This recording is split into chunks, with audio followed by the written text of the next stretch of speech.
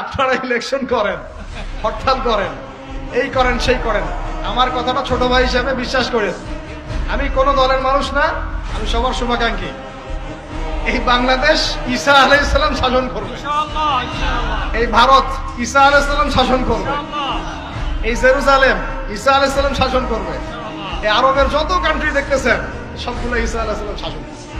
তার আগ পর্যন্ত আপনারা এই খেলা চালাইতে থাকেন, কোনো লাভ নাই, আস্তে আস্তে সব শেষ হয়ে যাবে। এখন একটা মজার প্রশ্ন, এই প্রশ্নটাই শেষ করি।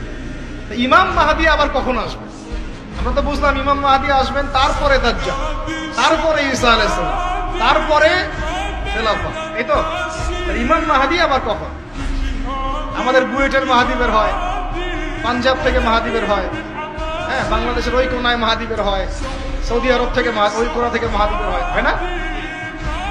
খুব ভালো করে মনে রাখবেন, যতক্ষণ এই বিশ্বে একটা মালহামা না হচ্ছে মাহদী আসছেন না। কথা ক্লিয়ার? এই বিশ্বে যতক্ষণ একটা মালহামা না হচ্ছে মাহদী আসছেন না। তিনি আসবেন ফাতিমা রাদিয়াল্লাহু আনহার বংশ থেকে। তার বংশ, তার আসল নাম মুহাম্মদ। কি নাম? তার নাক উঁচু, নাক একদম উঁচু, খাড়া, কপাল চওড়া, চেহারার গড়নটা আমাদের নবী সাল্লাল্লাহু আলাইহি ওয়াসাল্লাম। তার বাবার নাম হবে আব্দুল্লাহ, তার মায়ের নাম হবে আমিনা। তিনি দায়িত্ব নিতে চাইবেন না, তিনি দায়িত্ব নিতে চাইবেন না। তিনি দায়িত্ব না নেওয়ার জন্য মদিনা থেকে পালিয়ে মক্কায় চলে আসবেন। ভয়ে আমাকে দায়িত্ব দিও না, এই ভয়ে। ও তিনি আরবি ভাষায় কথা বলবেন, বাংলা ভাষায় না। এখনকার মাহাদিরা পাঞ্জাবি ভাষায়, বাংলা ভাষায় কথা বলেন, ঠিক আছে? এবং এই কাবা ঘর যেটা আমরা তাওয়াফ করি, এখানে যে হাজারে আসওয়াদ আছে না, আর এই যে হাজারে আসওয়াদ আর মাকাম ইব্রাহিম, এই দুটো জায়গার মাঝামাঝি মানুষ তাকে চিনে ফেলবে, এই তো মাহদী।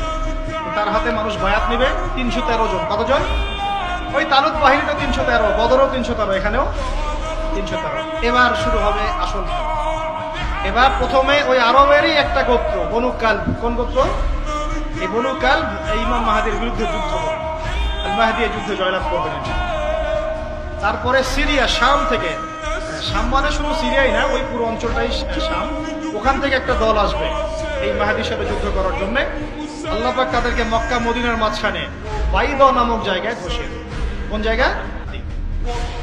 কথা বুঝতে পারছি? এরপরে মুসলমানদের আর কোনো পতন নাই, আর পিছনে ফিরে তাকানোর কোনো সুযোগ নাই। মুসলমানরা আর মাথা নিচু করবে না ইনশাল্লাহ কোনোদিনের জন্য। তারপর চলতে থাকবে খালি ইসলামের বিজয় আর বিজয় আর বিজয় আর।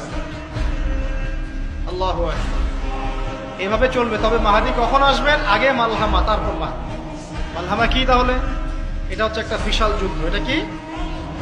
কেমন যুদ্ধ? নবীজি বলেছেন, এই রোমকরা, ইউরোপিয়ানরা তোমাদের সাথে অচিরেই চুক্তি ভঙ্গ করবে এবং 80টা পতাকা নিয়ে তোমাদের বিরুদ্ধে ওরা যুদ্ধ করবে। এই মালহামাটা হবে ইরাকের ফোরাত নদীর নিচেই হোক আর পাশেই হোক, আল্লাহ ভালো জানেন। ওখানে সোনার পাহাড়কে কেন্দ্র করে। কি কেন্দ্র করে? এই সোনা মানে সত্যিকারের সোনাও হতে পারে, অথবা তেলও হতে পারে, আল্লাহ ভালো জানেন। তেল তো এখন সোনার জায়গা দখল করেছে, করে নাই? এই বিশ্বে তো সোনা চলে না, কি চলে? তেল। তো এটাকে কেন্দ্র করে যুদ্ধ হবে। নবীজি বলেছেন ওই যুদ্ধে এত ভয়াবহ হবে যে 100 জন যোদ্ধার মধ্যে 99 জনই মারা যাবে না। একটু মাথা খাটান যে এমন কোন যুদ্ধ কি হয়েছে পৃথিবীতে যেটাতে 100 জনের মধ্যে 99% মারা গেছে?